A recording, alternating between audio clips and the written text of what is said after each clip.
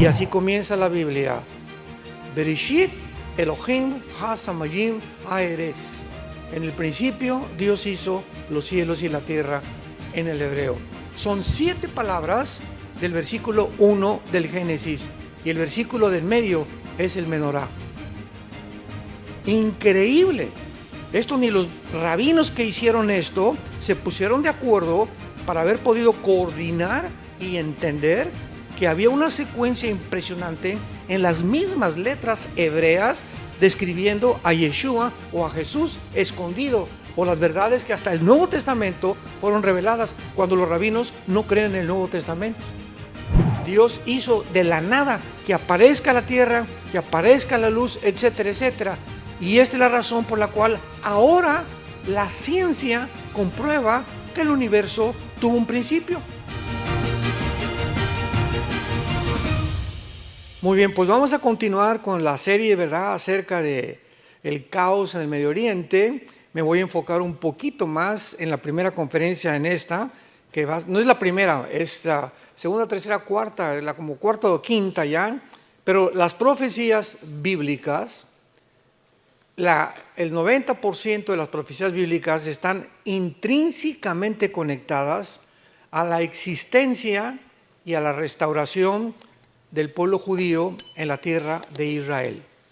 A continuación voy a explicar por qué escogió Dios a la nación de Israel.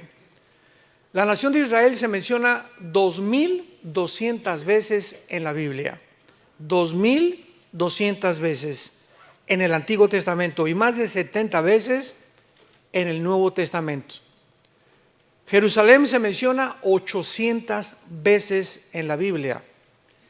Y este gran enfoque sobre Israel y sobre Jerusalén nos revela el inmenso significado profético que tienen a los ojos de Dios.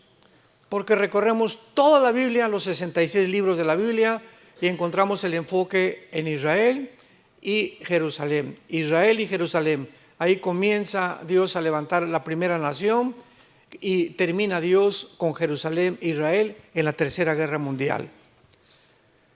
El renacimiento de Israel en 1948 y la recapturación de Jerusalén en la Guerra de los 6 días de 1967 ha puesto el reloj profético de Dios en marcha.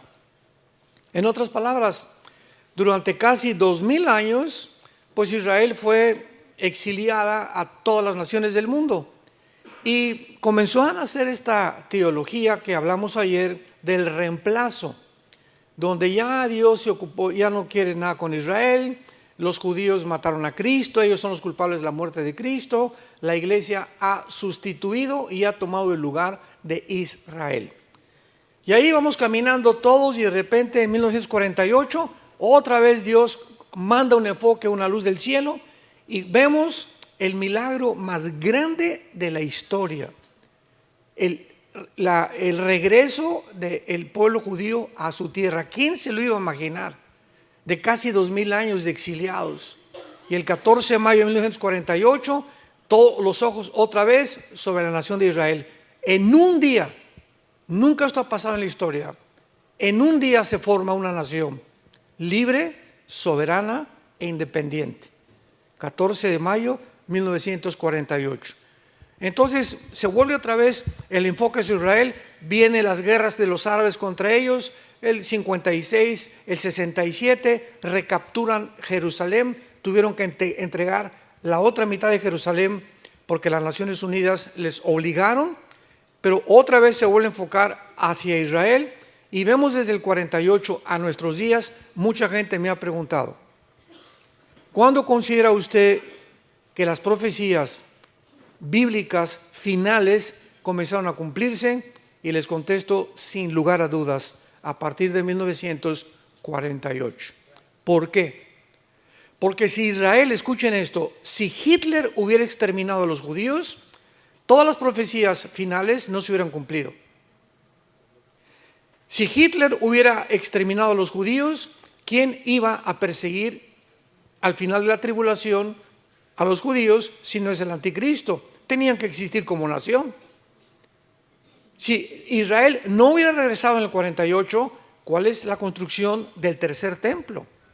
Porque está profetizado que van a construir el tercer templo. Es más, ya tienen casi todo listo en Israel para la reconstrucción del tercer templo. Entonces, todas estas profecías ubicadas al final de la historia tenían que cumplirse, pero para ello tenía que Israel regresar a su tierra después de casi 2000 años de exilio. Entonces, esto es de una forma, como dice en inglés, amazing, es una forma asombrosa. Veamos en Isaías 44 esta profecía de hace 2700 años, donde Dios lanza un desafío.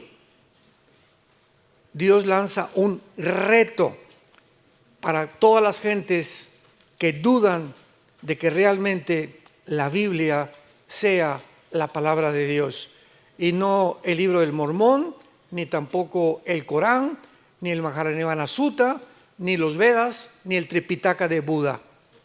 Tú puedes ponerme todos los libros sagrados aquí del lado izquierdo y la Biblia del lado derecho.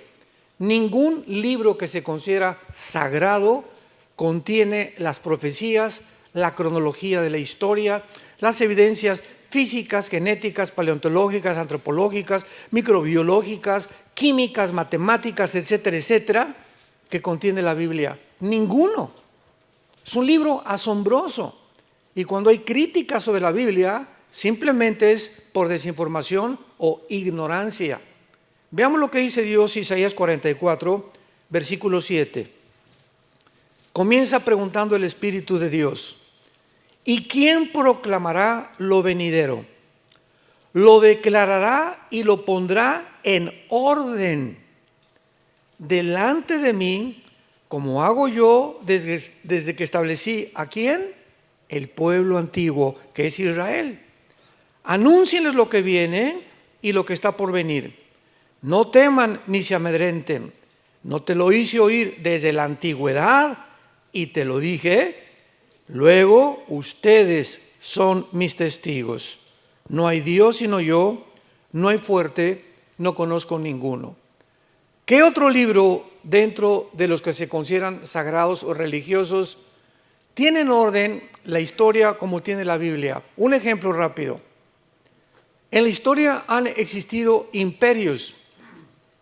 Vamos a enunciarlos: el imperio egipcio, el imperio asirio, babilonio, los medos persas, los griegos y el imperio romano. La Biblia describe el orden cronológico en el que iban a aparecer cada uno de estos imperios. Asombroso. Vienes al libro de Daniel, por ejemplo, y hay una visión en el capítulo 2 de Daniel de una estatua gigantesca que el rey Nabucodonosor tiene en un sueño y que ni los astrólogos, ni los magos, ni los hechiceros le pudieron interpretar. Entonces Daniel ora a Dios porque hubo un decreto de pena de muerte del rey Nabucodonosor, que el que no le interpretara pues era muerto inmediatamente. Entonces Daniel se pone a orar y Dios le revela a Daniel la interpretación de la estatua del sueño de Nabucodonosor, y le dice Daniel al rey Nabucodonosor: la cabeza de oro eres tú, el imperio babilónico. Escuchen con detenimiento. Después de ti vendrá otro imperio inferior, que de acuerdo a la historia fue los medos persas. Y el pecho y los brazos de plata son los medios persas. Después de ti, la cintura, que era de otro metal, el bronce, va a venir otro imperio que fue el imperio griego. Y las dos piernas de hierro será un cuarto imperio fuerte, que fue, de acuerdo a la historia, el imperio romano. Entonces, ahí describe Daniel hace 2600 años la secuencia de los imperios de la historia que ha corroborado que iban a sucederse uno tras otro, anunciado con cientos de años de anticipación. Y por eso dice Dios: ¿quién proclamará lo venidero y lo pondrá en orden? ¿Qué otro libro? Búscale. Yo les he dicho siempre en muchos seminarios, decimos en México: ¿quién es tu gallito, Giro? ¿Cuál es tu gallo? O sea, dime el libro que más amas. el libro de filosofía, de historia, de lo que tú me quieras mencionar, dímelo. O dime qué libro sagrado conoces tú y vamos a compararlo con la Biblia. Ninguno de los libros que se consideran sagrados, repito, contiene la historia, las profecías y todas las evidencias que son geográficas, históricas, que tiene la Biblia. Y además la Biblia es la razón por la cual es el libro más atacado y más controvertido que existe en el mundo. Y cuando los grupos de rock pesado, ¿verdad?, como Madonna, quieren atacar un libro, o como los E-Men, o como Iron Maiden, o como los Rolling Stones, ¿por qué nunca atacan el Corán? ¿Por qué nunca atacan el Tripitaka de Buda? ¿Por qué no atacan ningún libro? ¿Por qué es la Biblia el libro de más odio del mundo? ¿Por qué? ¿Por qué le arrancan las hojas y le comienzan a escupir sangre sobre la Biblia? ¿Por qué Jesucristo es el personaje y no Mahoma? Y no Mahatma Gandhi, y no Buda, que acabó en McDonald's? ¿Por qué son el objeto del odio?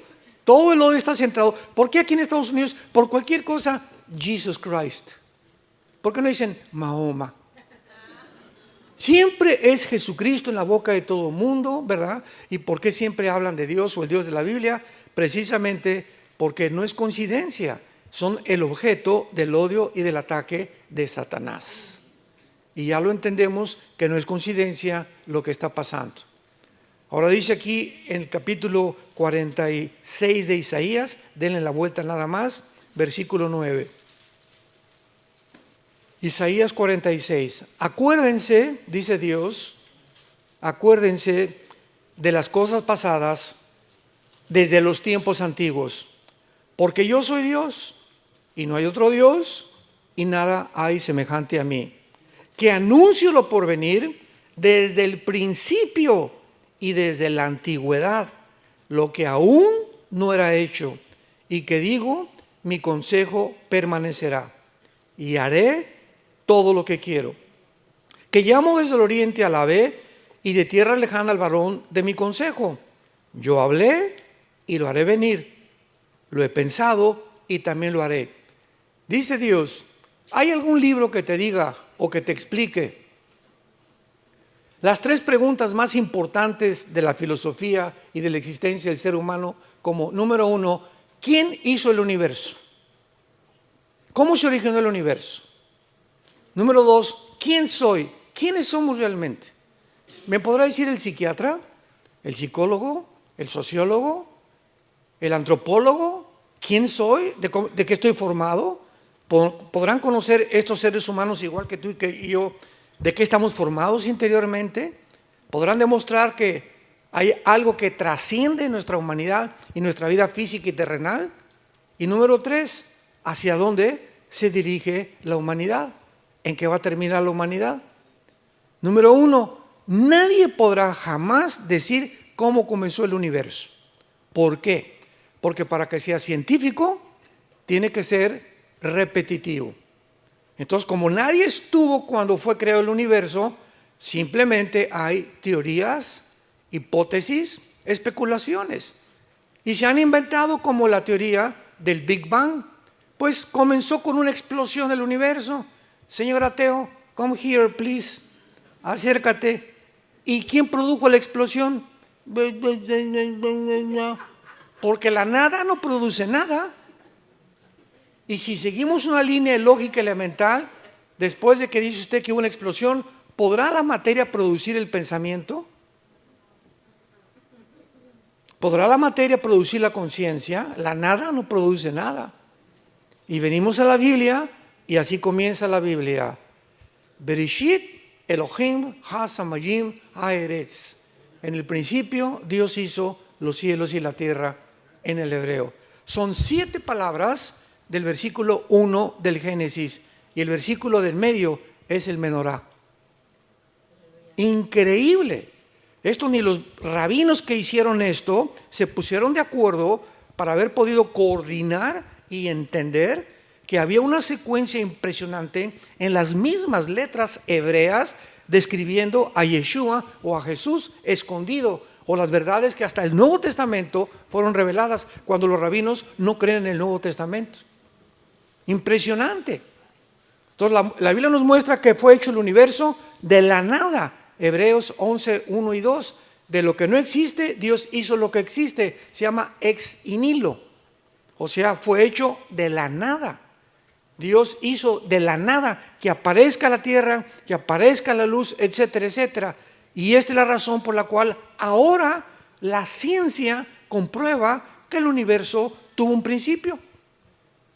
Porque en tiempos de Galileo y en tiempos de todos los grandes astrónomos del pasado, la Iglesia Católica los frenó para que no siguieran investigando y demostraron, ¿verdad?, que la tierra, decía, no es que siempre ha sido la tierra eterna, y la Biblia dice que hubo un principio. ¿Cuándo comprobaron que la tierra tuvo un principio? Cuando descubrieron las leyes de la termodinámica. Las leyes de la termodinámica, damas y caballeros, santos de Dios, son las dos leyes físicas que rigen todas las demás leyes del universo. La primera ley explica claramente que nada se crea ni se destruye. Y la segunda ley de la termodinámica establece físicamente que todo tiene un proceso de descomposición, de deterioro, que todo se echa a perder. Esto se tiene que echar a perder, mi coche se tiene que echar a perder, yo estoy muriendo celularmente, todo absolutamente. El sol pierde millones de toneladas de masa por minuto. El universo está bajo una ley que antes de que se descubriera las leyes de la termodinámica, la Biblia le llama la ley de la corrupción. Todo tiende a echarse a perder, todo tiende a corromperse, tal como la Biblia lo estableció miles de años antes que ni siquiera se descubriera la física. Así que esto es increíble. Cuando tenemos toda esta información, nos damos cuenta que la Biblia sobrepasa la comprensión de la misma ciencia, porque antes que la ciencia descubra algo, la Biblia se anticipó. Y luego, ¿quiénes somos nosotros? Bueno, pues hasta el siglo pasado aparece un doctor llamado Sigmund Freud, padrino de muchos de ustedes. Y Freud comienza, él rechazó, no, la Biblia no la quiero estudiar, su mamá se la quería enseñar, me voy a poder estudiar y voy a hipnotizar a mis pacientes, dijo Freud, para descubrir a través del hipnotismo, en pacientes de neurastenia, que a través del inconsciente, del consciente los voy a llevar al inconsciente para que descubra lo que hay en el subconsciente y tratar en su conducta subconsciente que está en el cerebro, tratar de corregir la esquizofrenia, la paranoia, la psicosis, la psicopatía, la patología, etcétera, etcétera. Entonces Freud creyó que nosotros teníamos un problema en la psique, de ahí viene la palabra mente, y se equivocó rotundamente, porque la Biblia nos dice que hay otro elemento más profundo que la mente, que es el origen de los problemas mentales, y es el espíritu. Entonces, ¿quién nos puede decir que existe el espíritu? No se puede meter un aparato de rayos X y detectar, somos espirituales. No, la Biblia nos lo revela, somos un espíritu. Tenemos un alma, que es la psique, donde están las emociones, los sentimientos, la voluntad y el intelecto, y vivimos dentro de un envase, una cáscara, una botella, que se llama el cuerpo humano. El cuerpo humano se va deshaciendo cada día más y más y más, pero el alma y el espíritu son eternos, tanto para los que van a ser condenados eternamente, como para los que tienen la salvación eterna también. Entonces Freud se equivocó. Y así vienen, ¿verdad? No, el problema, Carlos Marx, 50 años antes de Freud, el problema es la lucha de clases.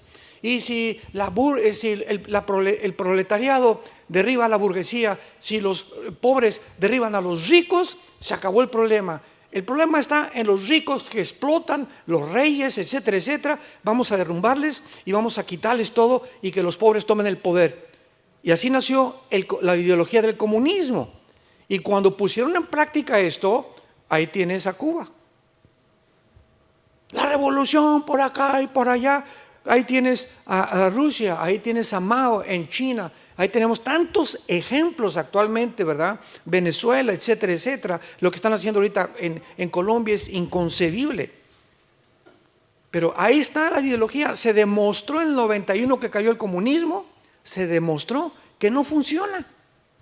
Y así el ser humano ha sido una búsqueda continua en ideologías, en procesos, en proyectos, en descubrimientos para tratar de descubrir de dónde somos, quiénes somos, cuál es el problema del ser humano, cómo se puede hablar a la sociedad. Y siempre hemos hecho el ridículo porque no somos dioses. No somos dioses. Ahí está la soberbia del ser humano, la que nos ha llevado al estado en el cual nos encontramos actualmente. Muy bien, Dios creó el universo y vamos a seguir una línea de lógica. Si Dios crea un planeta que se llama el planeta Tierra, Dios pone alrededor del planeta Tierra lo que se llama la atmósfera, que es casi el 90% de nitrógeno mezclado con oxígeno y otros gases. Entonces, ahorita yo camino por todos lados, voy a China, voy a Alaska, donde quiera, y hago esto. ¿Qué es lo que estoy respirando? Estoy respirando un gas, estoy respirando algo que exactamente es lo que necesitan mis pulmones para poder vivir. El oxígeno es lo que le da la vida a mi cerebro y a mis neuronas. Me voy a la luna, me muero. Me voy a Marte, me muero. Y están pensando en tener luna de miel en la luna. O como dijo Elon Musk, ¿verdad? Vamos a salir en un cohete, nos vamos a Marte y vamos a trasladar de la Tierra a Marte. Preparémonos porque en 10 años vamos a irnos a Marte a vivir. Son marihuanadas. ¿Cómo se atreven estas personas que supuestamente en el siglo XXI son calificadas como personas inteligentes, Elon Musk y Noah Harari y Klaus Schwab y todos estos que están dentro de este ambiente de la tecnología? ¿Cómo se atreven a decir eso? Por más que, ¿cómo vamos a ver el oxígeno a Marte? ¿Cómo le voy a dar un beso a mi esposa? ¿Con una escafandra? Mejor me voy a Cancún, de luna de miel. Bueno, son tantas tonterías, pero siempre aspirando, ¿verdad? Y la Biblia declara claramente que Dios formó este planeta a comparación de todo el universo que existe con las condiciones, los árboles. La manzana contiene características nutriológicas, vitamínicas que mi cuerpo necesita. El plátano, el potasio que mi cerebro necesita. Las uvas tienen el resveratrol que mi cuerpo y mi sangre necesita. Las mandarinas, los limones, las vitaminas que necesito, vitamina C. Todo a nuestro alrededor está relacionado con nuestra sobrevivencia. Damas y caballeros, señores ateos, ¿coincidencia? ¿Coincidencia? ¿Cómo es posible que nos atrevamos a creer que aparecimos por coincidencia? El mar, el agua que tenemos, las montañas, las puestas de sol, nos ha puesto Dios en un huerto, en un paraíso maravilloso. Y este paraíso lo hemos convertido en un basurero.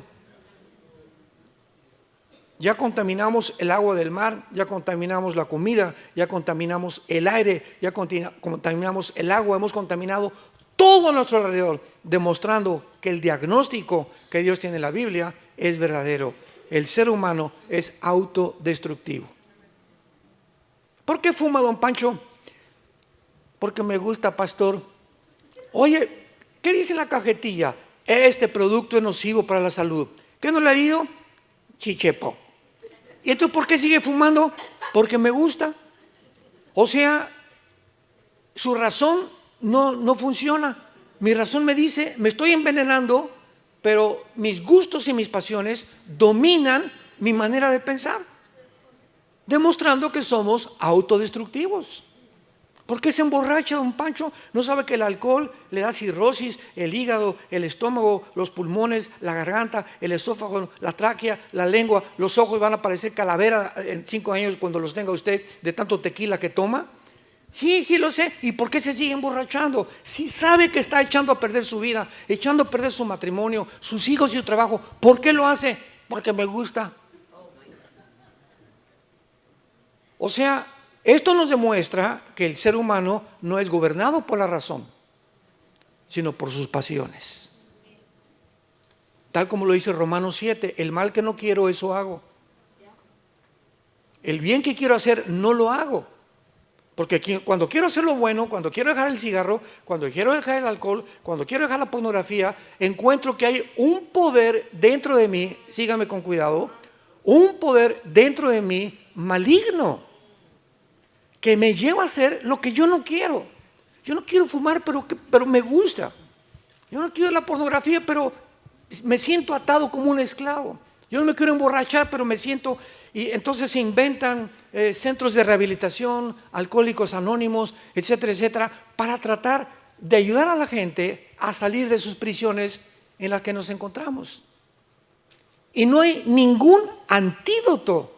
Un psicólogo, un psiquiatra, ningún hospital psiquiátrico puede sanar a nadie. La Biblia dice que hay solamente un antídoto, se llama la sangre de Jesucristo.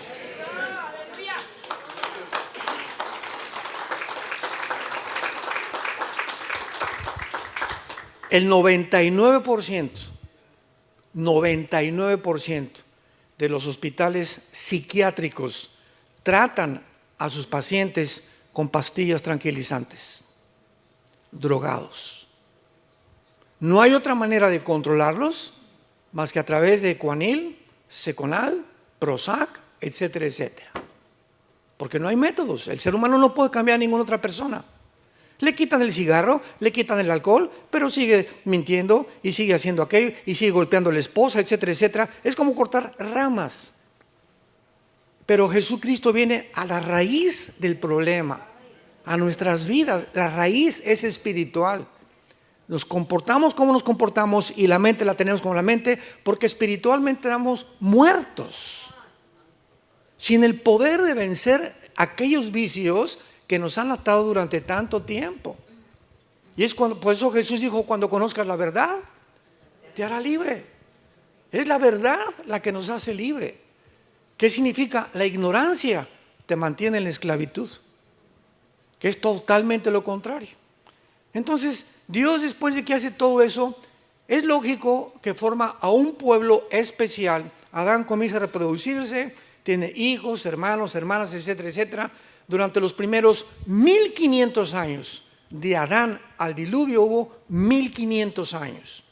Entonces Noé lo levanta Dios, de sus 3 hijos se forman todas las más de 70 naciones del mundo bíblicamente, y después Dios comienza en el capítulo 12 a llamar a un hombre llamado Abraham.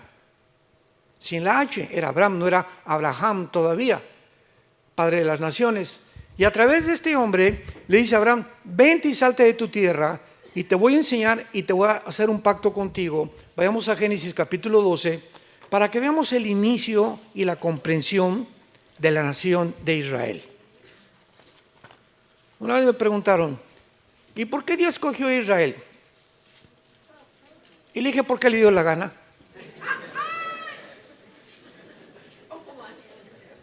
¿Y por qué no España? Si hubieran sido España, ¿y por qué no los franceses? Y si hubieran sido los ingleses, ¿y por qué no los alemanes? Y si hubieran sido los italianos, ¿y por qué no los griegos? Simplemente Dios es soberano.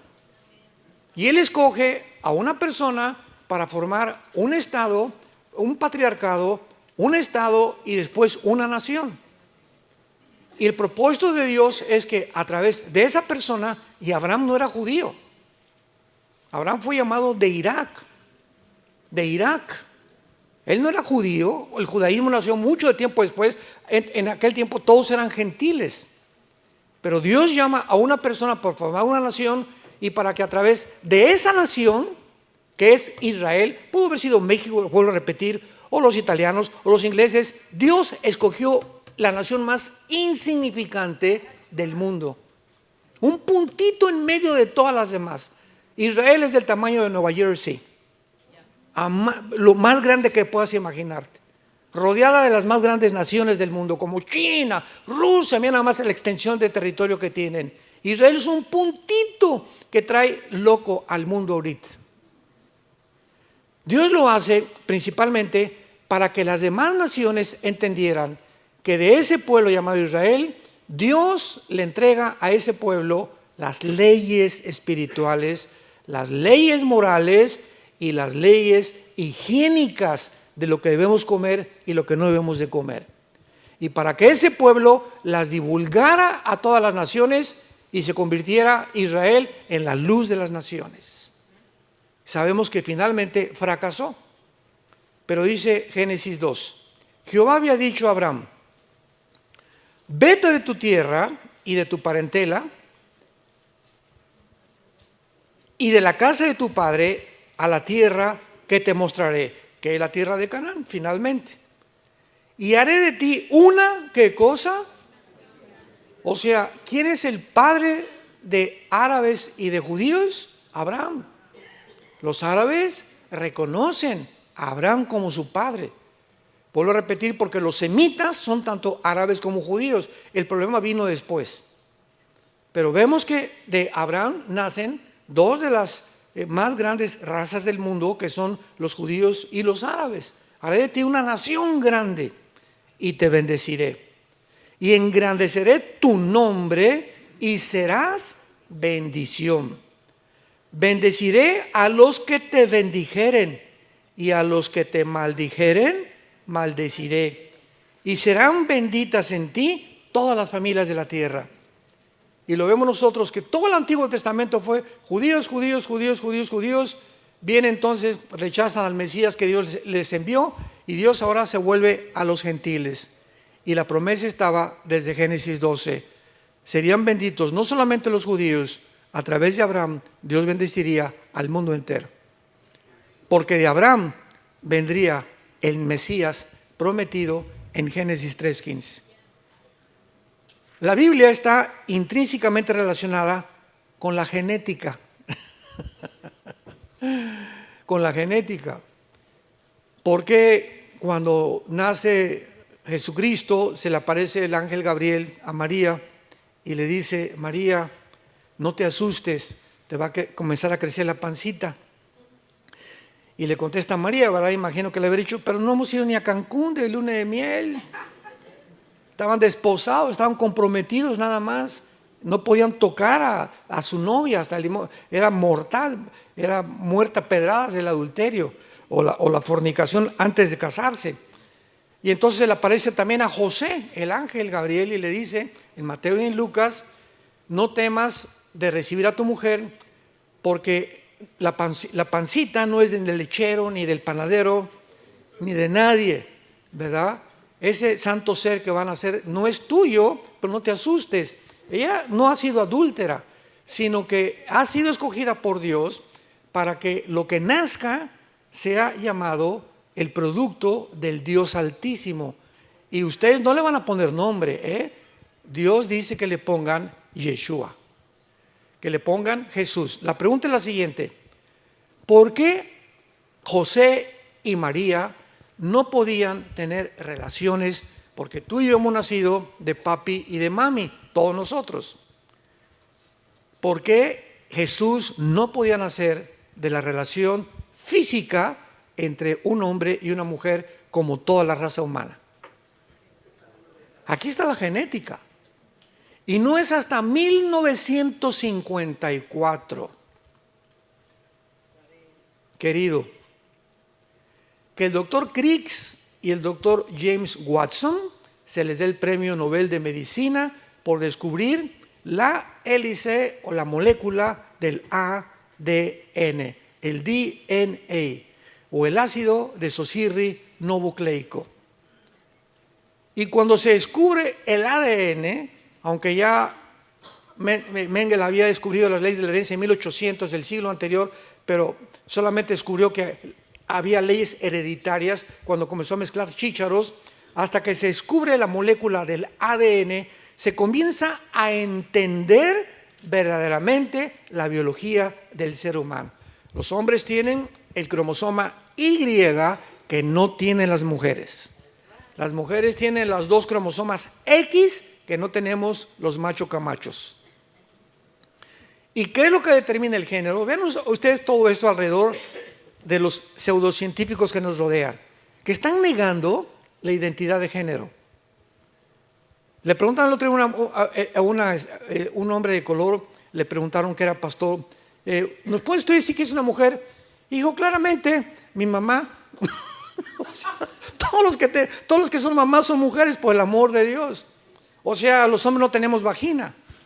Los hombres no tenemos el órgano de reproducción que tiene una mujer. Entonces, ¿qué es una mujer? Es muy fácil. No necesitamos la Biblia para saber que es una mujer. La ciencia nos los dice. Si tienes el cromosoma XX, eres mujer. Si tienes Y, eres hombre. Vístete de china poblana, vístete de la princesa de Persia. Si eres hombre, nadie te va a cambiar. Si tienes el cromosoma Y, eres hombre. Y lo que determina el género es la biología y la genética. Entonces, cuando cayó el pecado en Adán, ¿qué fue lo que se infectó? Porque el hombre es el transmisor, la semilla la traemos nosotros. Y las mujeres reciben, son la receptora de nuestra semilla o del esperma. Entonces, cuando el pecado entra al ser humano, lo primero que se infecta es la genética. Antes los leones no rugían y las plantas no tenían espinas, las rosas, los animales no tenían veneno, las culebras, las tarántulas, etcétera, etcétera. Toda la creación estaba completamente bajo el gobierno de Adán y Eva. En el momento que el ser humano peca, síganme con cuidado, el momento en que entra el pecado, inmediatamente la creación alrededor se infecta genéticamente. Cambia la genética de los leones, porque el chip que había puesto en los leones era que no rugieran, ni que mataran, ni se alimentaran de carne viva. Y ahora iban a tener que matar a una presa inferior para poder sobrevivir. Las rosas comenzaron a salir la espina, comenzaron las tormentas, porque toda la creación está relacionada con la moral del ser humano. Mientras más pecado hacemos, el mundo se vuelve nuestro enemigo.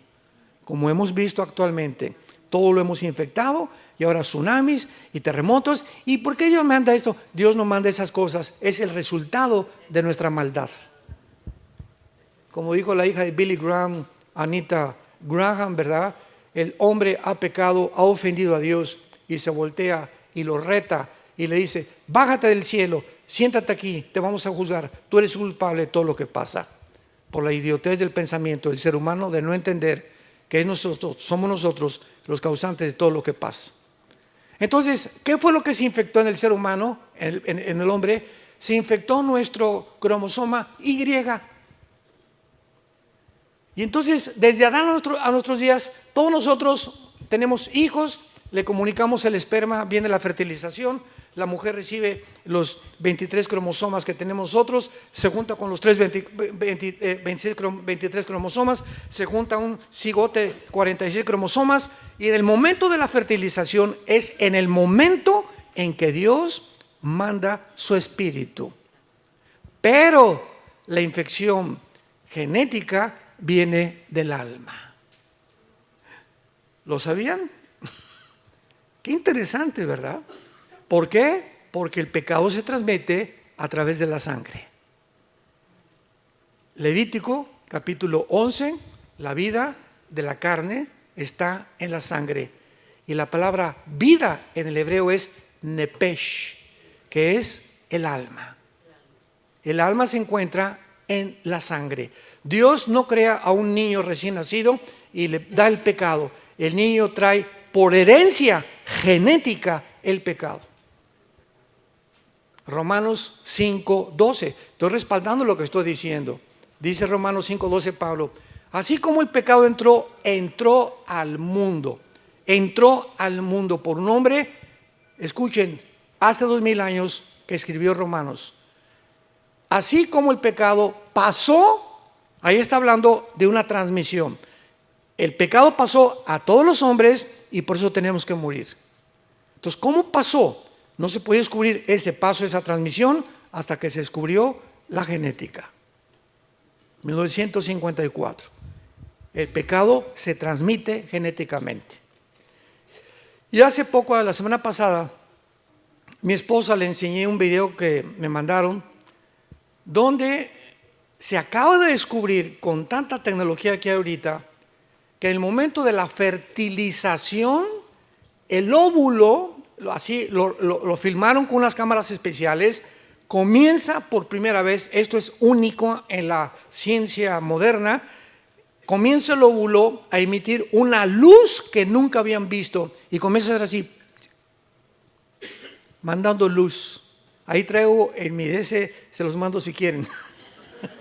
Comienza el óvulo a hacer así, a mandar luz. Y la ciencia ahí se quedó, ¿no? Y le dije a mi esposa, mira lo que dice el Salmo 139, mi embrión vieron tus ojos.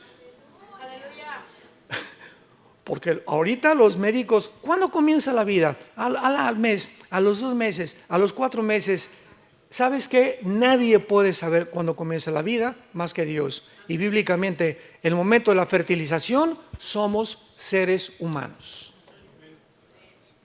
En el momento de la fertilización, ahí se encuentran todos los componentes genéticos y todo el ADN que va a decir, tus orejas van a ser de papalote y vas a tener la boca trompudo y vas a tener el pelo así, de esta estatura, tu color de piel, todo está potencialmente, genéticamente, ya tú vas a ser hígado, tú vas a ser corazón, tú vas a ser páncreas, tú vas a ser riñones, todo está programado desde que los 23 cromosomas de mi papá y los de mi mamá se juntaron y formaron. Y el momento de la fertilización, Dios hace esto.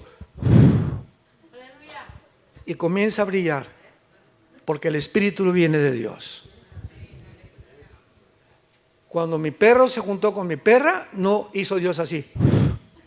Cuando el gato se juntó con la gata, Dios no hizo.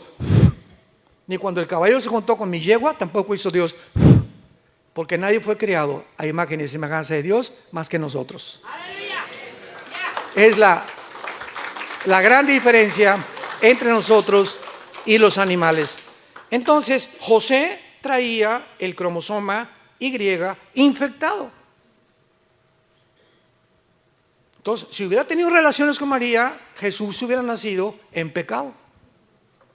Y el Mesías no podía nacer en pecado. Porque en la cruz tenía que morir. Uno, que era Dios y tenía que ser hombre. Número 1, tenía que ser Dios porque si Jesús no hubiera sido Dios, Dios es el único que perdona pecados. En la cruz no podía morir un ángel, ni el Papa Juan Pablo II, ni tu padrino Francisco, ni la Virgen del Socorro, ni Abraham, ni Isaac, ni Jacob, ni un ángel, ni un querubín. Nadie podía estar en la cruz pagando por nuestra maldad más que Dios mismo. Y al mismo tiempo que tenía que ser hombre, porque para que pudiera identificarse con nosotros, tenía que haber nacido de una mujer. Entonces Jesús era 100% Dios y 100% humano. Tenía las dos naturalezas. Tú eres 100% humano y eres 100% criatura creada a la imagen de Dios.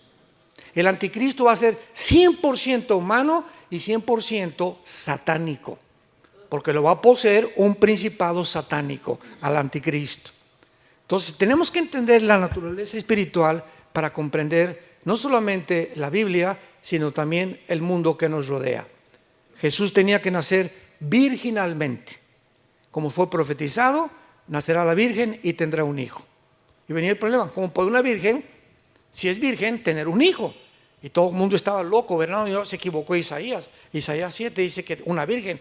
Y hasta que nace Jesucristo y se descubre todo esto, la Biblia tenía la razón. Se adelantó miles de años la Biblia a la genética del siglo pasado. Como se ha adelantado, porque Dios ha puesto en orden la historia desde la antigüedad hasta que Jesucristo regrese. Entonces Dios forma ya con Abraham, en penúltimo lugar, una nación, y a esa nación le dice Dios a Moisés: vente al monte y te voy a dar las leyes morales de toda la humanidad. Y ustedes se van a encargar de repartir estas leyes a todo el mundo, a todas las naciones. Adorarás a Dios con todo tu corazón, los 10 mandamientos, etcétera, etcétera, son las leyes morales de Dios. Si Dios, es lógico, Él tiene que legislar la moral. Porque el hombre no es capaz de distinguir qué es bueno y qué es malo. Veamos ahorita el siglo XXI. No, tú realmente no eres hombre, eres mujer, no eres mujer, eres hombre. No, realmente los culpables no son los de Hamás, son los judíos. No, no es cierto, son los palestinos. No, no es cierto, son los chinos. No es cierto, es mi suegra la culpable. No es cierto, tú eres el que me ha llevado a emborracharme, vieja. Si tuviera otra esposa, ¿verdad? Y otra vieja mejor que tú, no sería el borracho que soy. Siempre estamos buscando huir de nuestra responsabilidad. Cuando un ser humano alcanza y llega a la responsabilidad, comienzas a madurar. La razón por la cual las cárceles están llenas de delincuentes es porque todos dicen: el mundo está contra mí. Esta es la característica de la delincuencia juvenil. Todos se sienten víctimas de la sociedad. Soy así porque mi papá era marihuano. Soy así porque mi mamá era prostituta. Soy así porque me violaron a los 8 años. Soy así. ¿Sabes una cosa? Tú no puedes seguir viviendo de esta manera. Si tú mantienes ese rencor y esa amargura en tu alma, creyendo que hay una fuente fuera de ti que ha hecho lo que tú eres, te olvidas que la gracia de Dios es más grande. Y que para eso vino Jesucristo. Vengan a mí los que están cargados de culpa, de vergüenza, con conciencias que te atormentan, y aquí y allá, y yo te haré descansar. Es el mensaje que Dios te dice: ven a mí. A eso vine al mundo, a poder limpiar tu conciencia de todo lo que en tu pasado el mundo tal vez lo hicieron, pero yo puedo quitarte esto y hacerte una nueva criatura. Porque el que está en Cristo, nueva criatura es. Entonces Dios les da las leyes morales, los 10 mandamientos, las leyes higiénicas. Levítico capítulo 11, no coman cuche, o puerco, o cerdo, no sé cómo le llaman aquí. No coman, y pasan los años y se descubre que la carne de puerco tiene colesterol. Nadie sabía qué era el colesterol. Y comienzan a descubrir: no comas azúcar, las conchas de la tía rosa y los guris, etcétera, etcétera, porque el azúcar es el veneno más grande que hace que el cáncer sobreviva. El azúcar te echa a perder la sangre. Una Coca-Cola tiene 250 gramos de azúcar. Tú te tomas una Coca-Cola hoy, una Coca-Colita. Un mes tiene que pasar, todo ese azúcar se va a tus riñones. Y como se va a tus riñones, y el riñón está diseñado por Dios, los 2 riñones, para que asimilen las cosas que Dios nos dio, el agua, agua de limón, agua de Jamaica, etcétera, etcétera, jugos. Entonces los riñones se intoxican, porque no pueden trabajar con ese azúcar en tus riñones. Y entonces te comienzas a sentir cansado. Ay, hermano, leo la Biblia y me duermo. Me duermo en los domingos, me siento cansado, no tengo ganas de nada. ¿De dónde viene la falta de energía? Estás azucarado.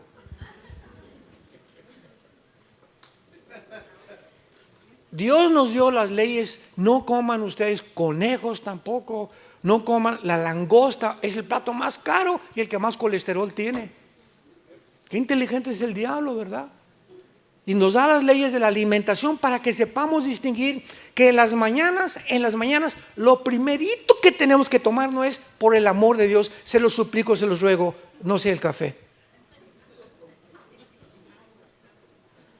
Imagínate, es una como Hoy Express tu estómago, le pones ácido, ácido, ácido, y peor que no tenga crema. Todavía capuchino. Y todo, lo primerito que llega es café, y comienza toda tu flora intestinal a asimilar todas estas cosas, todo el ácido, comienza a producirte problemas de gastritis, etcétera, etcétera. Lo primerito que el estómago tiene que recibir es fruta. Nunca comas fruta después de comer. ¿Para qué le pones ya a la Hoy Express? Y ahí está el cuche que traes ahí, el cabrito de Monterrey que traes ahí, los chilaquiles, el pozole de Puebla y de Oaxaca. Y arriba la fruta, pues ya no, tu estómago ya no puede jalar la fruta, todas las vitaminas que necesitamos, que es lo primero que tienen. La fruta es lo más alimenticio que existe, y las lechugas y las ensaladas. Y después ya ponle todo lo que quieras, huevos, omelette, pero tiene que tener fruta en ayunas el estómago para que funciones con salud. Todo está en la Biblia. Y así somos de tercos y por eso, ay, me duele, y sáqueme el espíritu que tengo aquí, hermano. Señor de los cielos, espíritu de retortijón. Dios le da las leyes morales a Dios, las leyes higiénicas, y Dios en Deuteronomio le da las leyes civiles de cómo gobernarnos. ¿Cómo debe un gobierno gobernar al pueblo? Y esta bendición se encuentra no en el derecho romano, no en los griegos, se encuentra en la Biblia. Antes que el derecho romano y antes que los griegos y antes que todo, la Biblia es el origen de la formación y las leyes que Dios anhelaba que el ser humano las asimilara, las comprendiera, pero es imposible asimilarlas sin tener el Espíritu Santo en tu corazón. Y es lo que en esta mañana Dios quiere que tú entiendas, que esta nación fue escogida por Él precisamente para que pudieras a través de la Biblia, porque la Biblia viene de los judíos. Cristo era judío, los primeros apóstoles eran judíos, la primera iglesia fue judía. Y te bendeciré a los que te bendijeren. Y a través de la historia, todas las naciones que han maldecido y las personas a Israel han recibido la maldición. Ahí está el peligro del antisemitismo. No seas tú una persona que se encuentre maldiciendo al pueblo escogido de Dios. Oremos por Israel, oremos por los palestinos, oremos por los árabes, oremos por los mexicanos, oremos por esta nación, porque somos un pueblo que tenemos que interceder por todas las naciones del mundo. Pero nunca maldigamos ni a Israel ni a los mexicanos. Nunca salga de tu palabra y de tu boca ninguna maldición hacia ninguna persona, porque cuando tú maldices a alguien se te regresa como un boomerang. Lo que tú siembras tienes que recoger. Oremos. Señor, gracias en esta mañana por tu palabra. Ustedes son mis testigos, dice tu palabra, que tú eres Dios. Y recibirán poder cuando el Espíritu Santo venga sobre ustedes. ¿Con qué propósito has entrado a vivir en nuestra vida, Señor? Para ser testigos. Principalmente para dar al mundo a conocer tu amor en esa cruz. Porque de tal manera amó Dios al mundo, a palestinos, árabes, judíos, mexicanos, a todas las naciones del mundo las ama Dios y a todas las llama al arrepentimiento. Dios quiere entrar a tu vida en esta mañana y convertirte en un testigo. Un cristiano es una persona que habla de Cristo. Tú no puedes llamarte cristiano, ni te atrevas a llamarte cristiano, si desde el momento que tú te convertiste a nadie le has hablado de Cristo. No somos cristianos de la secreta. No tengas miedo delante de los hombres ni vergüenza de tu familia de llamarte hijo e hija de Dios, porque el que me confiese delante de los hombres, yo le confesaré delante de los ángeles. El que me niegue delante de los hombres, por amar más la gloria de los hombres, le negaré también delante de los ángeles. Te damos gracias, Jesús, por tan grande sacrificio. Fuiste crucificado, enterrado y resucitado a los 3 días. Y en este momento estás tocando la puerta de los corazones de los que te escuchan. Es Dios el que en este momento te está llamando y te está diciendo: ven a mí y encontrarás paz y descanso para tu alma. ¿Qué tengo que hacer? Me preguntarás, para yo tener a Jesús y el día que muera, morirme en paz, sabiendo que mis pecados han sido perdonados. Arrepiéntete en esta mañana. Arrepentirse es reconocer que tu vida no está agradando a Dios, que tú tienes que cambiar de camino, porque hay caminos que parecen derechos, pero su fin es camino de muerte.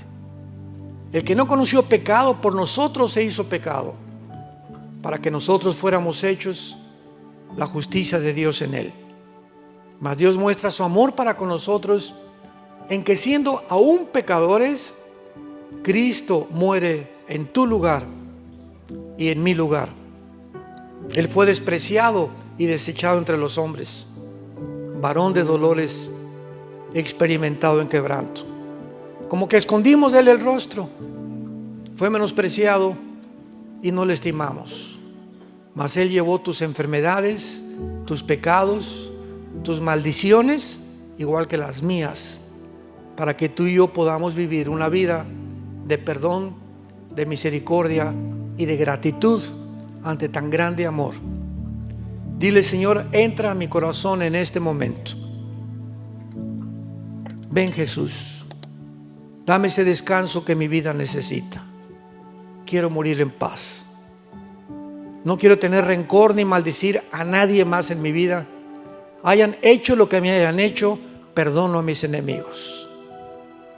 Guárdame en esa paz que sobrepasa todo entendimiento, porque creo que en la cruz pagaste por mis pecados con tu sangre. Creo que a los 3 días resucitaste y que ahora eres mi Salvador. Gracias, en tu nombre precioso, Jesús. Amén.